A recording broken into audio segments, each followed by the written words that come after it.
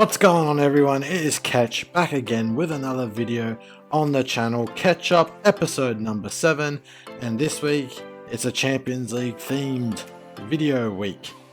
So apologies for missing match day 1 of the Champions League, but I had work and a few other things to do. But match day 2 has already begun, and boy do we have a few things to talk about in this video.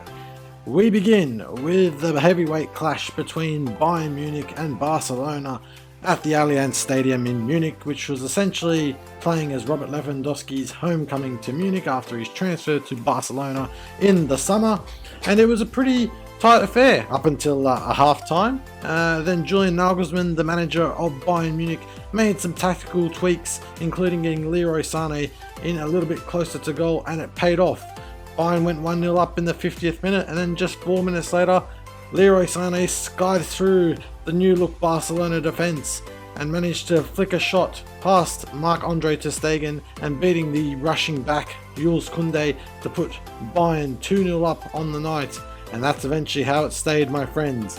Bayern Munich ran out 2-0 winners, and they still hold the curse over Barca. I think they're now up to an aggregate of 16-2 in their last 4 games alone, which includes that infamous 8-2 in the quarterfinal a few years ago.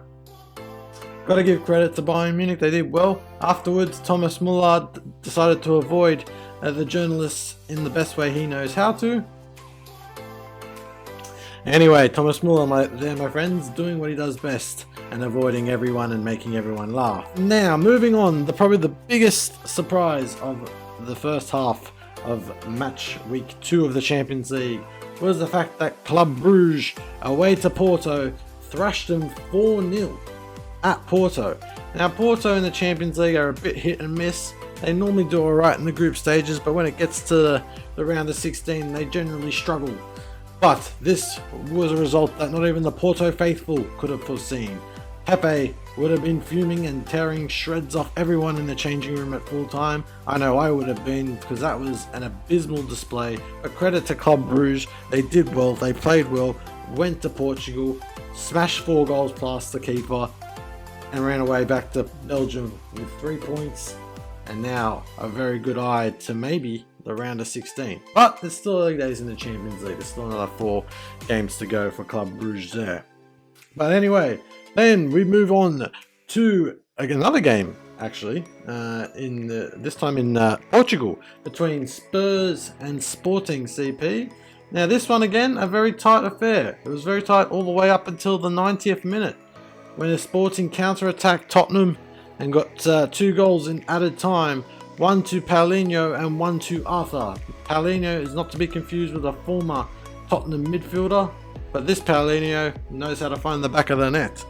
And then Arthur put the wrapping on the cake, or the icing on the cake as it's known, and they won 2-0, which is actually quite an interesting result, because that group is shaping up to be quite an interesting group between them, Spurs, Marseille and Frankfurt, and I believe Frankfurt beat Marseille 1-0 in the other game of that group.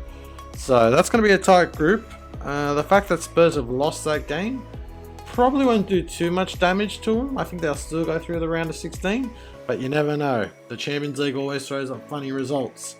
Anyway, moving on to Anfield, and in a game where Liverpool needed a must-needed 3 points. Must win 3 points, I should say. They came up against the spirited Ajax, who had demolished their opponents 4-0 on the weekend in the Eredivisie. But Liverpool came back after their humbling in Naples.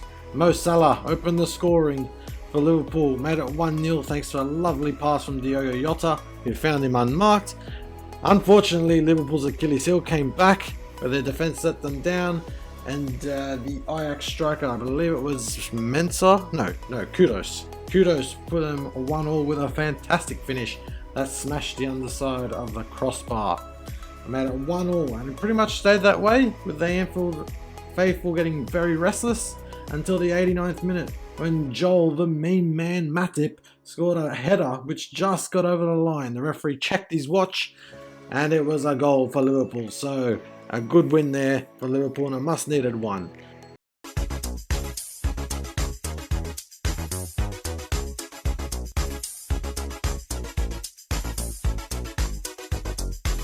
But anyway, that is the end of this video. But for now, I hope that this lovely guy that you're now seeing on the screen, the Borussia Dortmund manager, I think his name is Edin Terzic, can get a win over Baldy Guardiola tomorrow. But I guess we'll have to wait and see. That's Erling Haaland's return against Dortmund, so we'll keep a keen eye on that one as well. But anyway, thank you guys for watching this video. Have a great one, and please like, share, and subscribe, and I'll see you on the next video very soon. Goodbye.